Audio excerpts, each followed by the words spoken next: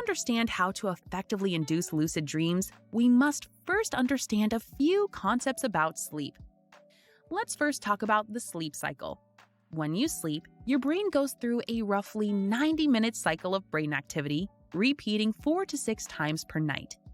This cycle is broken down into 4 stages, which are marked by measurable and physiological changes.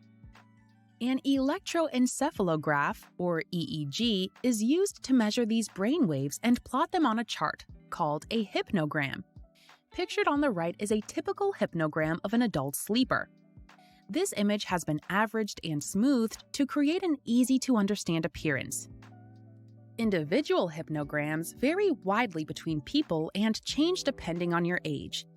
This hypnogram is provided to give you a basic idea of the sleep cycle.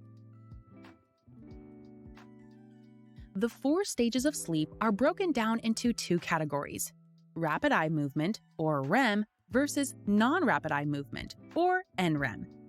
REM sleep is our dreaming sleep, where most dreams occur. While in REM sleep, your physical eyes drift back and forth underneath your closed eyelids, hence the name.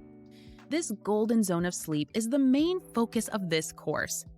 Non-REM sleep consists of the other 3 stages and is considered more of a restorative sleep.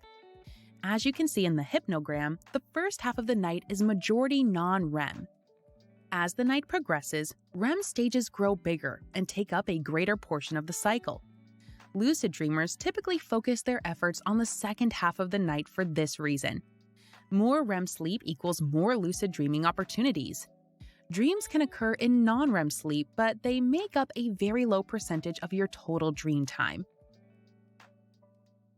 REM sleep was discovered in 1953 by American sleep researcher Dr. Nathaniel Kleitman. This highlights how new the study of sleep and dreams really is. Here are the 4 stages of sleep and their corresponding brain wave patterns. As you go from N1 sleep to N3 sleep, you can see your brain waves slow from alpha to delta waves, with N3 being the deepest, most restorative sleep.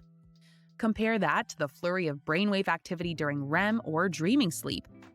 I have also included a zoomed-in image of one 90-minute sleep cycle to illustrate how our brains dart back and forth between different stages of sleep, even in a single cycle. The W stands for awake, and REM sleep is highlighted by a red line. Did you know that scientists have yet to discover why REM sleep is needed? Some theories suggest that information is processed and memories are stored during REM. The first stage of sleep is stage N1. This stage is a non-REM sleep and is the lightest stage of sleep. It is during this stage that you are most easily awakened and feels more like dozing off than actual sleep. Remember all of those times where your dad was laying on the couch and was just resting his eyes? He was most likely in stage N1 sleep. This stage of sleep lasts roughly 1 to 7 minutes and takes up the least amount of time in a sleep cycle and roughly 2 to 5% of your night's sleep. Your brain generates alpha and theta waves, and dreamlike imagery, called hypnagogic imagery, can begin to occur. While falling asleep, have you ever felt the sensation of falling, then waking suddenly? That unpleasant experience is called a hypnic jerk and occurs during N1 sleep.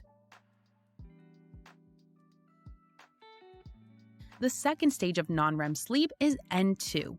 At this point, you are falling deeper into sleep, and it is more difficult to be woken up. You lose awareness of the external world as your brain produces mainly theta waves. During the course of an entire night, you will spend roughly 45 to 55% of your sleep in stage N2. During the first sleep cycle of the night, N2 lasts for 10 to 25 minutes and becomes longer as the night progresses, taking up a greater portion of your sleep cycle. Hypnagogia, a transitional phase between waking and dreaming, mainly occurs in N2 sleep. Hypnagogia consists of dreamlike imagery, sounds, and sensations before a dream begins, and will be discussed in detail later on in this course. The third stage of non-REM sleep is N3. Your brain produces slow delta waves to produce the deepest stage of sleep. N3 is vitally important as it is a regenerative and restorative stage of sleep. A lack of N3 sleep has been shown to lead to depression, epilepsy, and trouble storing memories. A majority of N3 sleep occurs in the first half of your night, with the first N3 stage lasting 45 to 90 minutes and gradually becoming shorter as the night progresses. In total, we spend roughly 20 to 25% of our night in stage N3. It is most difficult to be woken up from this stage of sleep.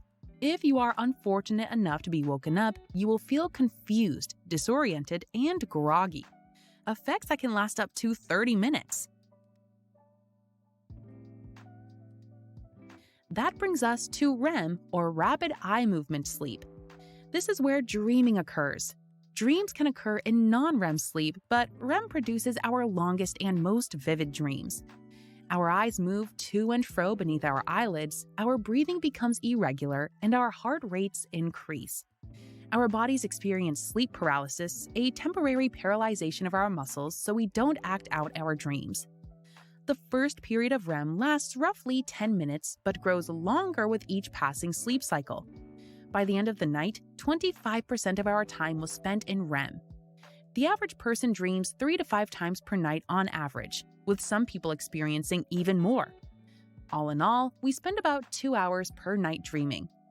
REM sleep is where lucid dreamers will focus most of their efforts when inducing lucid dreams. Included with this course is a printable hypnogram. This hypnogram is a basic representation of a night sleep cycle and will heavily come into play when inducing lucid dreams. Everybody's actual sleep cycle is different, but this will give you an idea of what your night of sleep looks like.